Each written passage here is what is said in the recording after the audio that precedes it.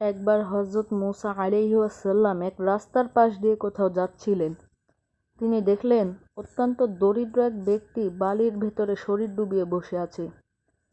তার গায়ে কোনো কাপড় নেই। লজ্জায় সে বালু দিয়ে শরীর ঢেকে রেখেছে।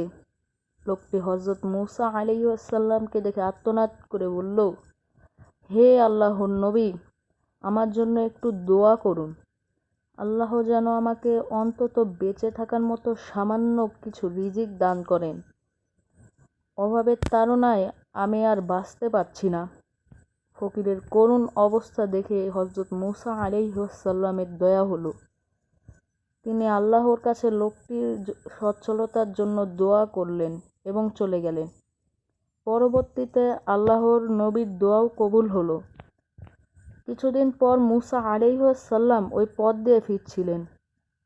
তিনি দেখলেন রাস্তায় বিশাল জটলা, অনেক মানুষ ভিড় করে আছে। তিনি জিজ্ঞেস করলেন, এখানে কি হয়েছে? এত ভিড় কেন? লোকেরা জানালো, কিছুদিন আগে যে ভিক্ষুকটি বালির নিচে শরীর ঢেকে পড়ে থাকত, সে হঠাৎ কিছু সম্পদ পেয়েছিল।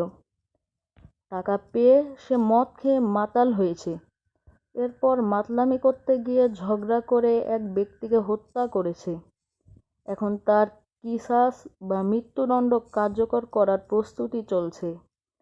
হযরত মুসা আলাইহিসসালাম আল্লাহর প্রজ্ঞার স্বীকারোক্তি দিলেন এবং নিজের আবদারের জন্য ইস্তিগফার করলেন।